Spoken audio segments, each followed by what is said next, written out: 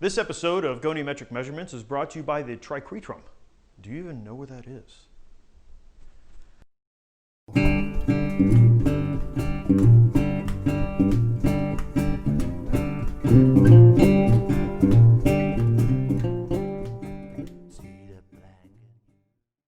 All right, goniometric measurement for wrist extension and flexion. So I've kind of modified this position a little bit just to make demonstration purposes easier. It's really nice if you have a table that actually goes to about here. Just go off the end of the table. Our landmarks, fulcrum is going to be on the triquetrum, which is just distal to the styloid process of the ulna. Then the distal, or the proximal, I'm sorry, is going to follow the ulna back towards the olecranon. And then the moving arm, the distal arm, is going to follow that fifth metacarpal, be parallel with that. So line up here.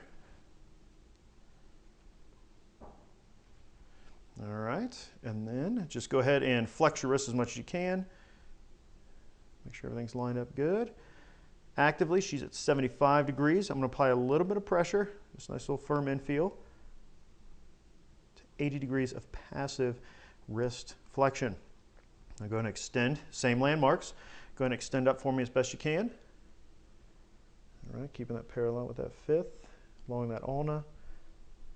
I have to move a little bit for that triquetrum, but really, as long as you're lined up with your arms correctly, everything else is good. She's got 58 degrees of active wrist extension, applying some pressure, firm infeel. There we go, right there. Firm infeel, 75 degrees, right? Yeah, there we go. 75 degrees passive wrist extension.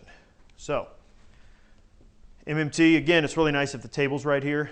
MMT, though, same thing. She's going to be here for wrist extension strength. I'm going to try to push her out of that.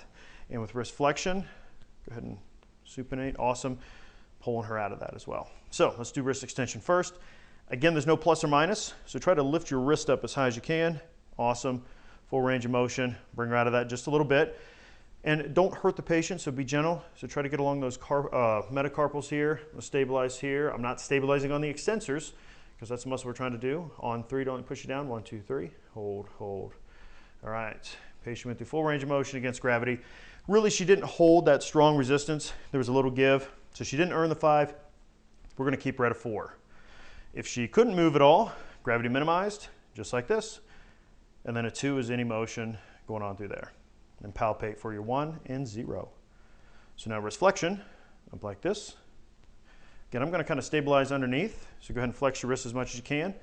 Awesome. As soon as I apply pressure, give, just for the sake of demonstration. I know you're really strong, but you've done a lot of 5s. So on 3. 1, 2, 3, hold. All right. I'm going to try one more time here. Just try to hold that best you can. On 3, 1, 2, 3, hold. All right, since there are no pluses and minuses, patient's at 3. All she was able to earn was patient went through full range of motion against gravity, and she could hold the test position, but she couldn't tolerate any pressure. So she couldn't even get up to that 4. Again, gravity minimized, starting full extension. Try to bring your hand towards your stomach as best you can. Awesome. Full or partial is going to be your 2, and palpate wrist flexors for your 1s and 0s. Remember, your wrist flexors are going to originate back here towards the medial epicondyle. Your wrist extensors are going to be on that lateral epicondyle. That's a real easy way to find a good palpation. And that's your video on MMT and Goni of the wrist.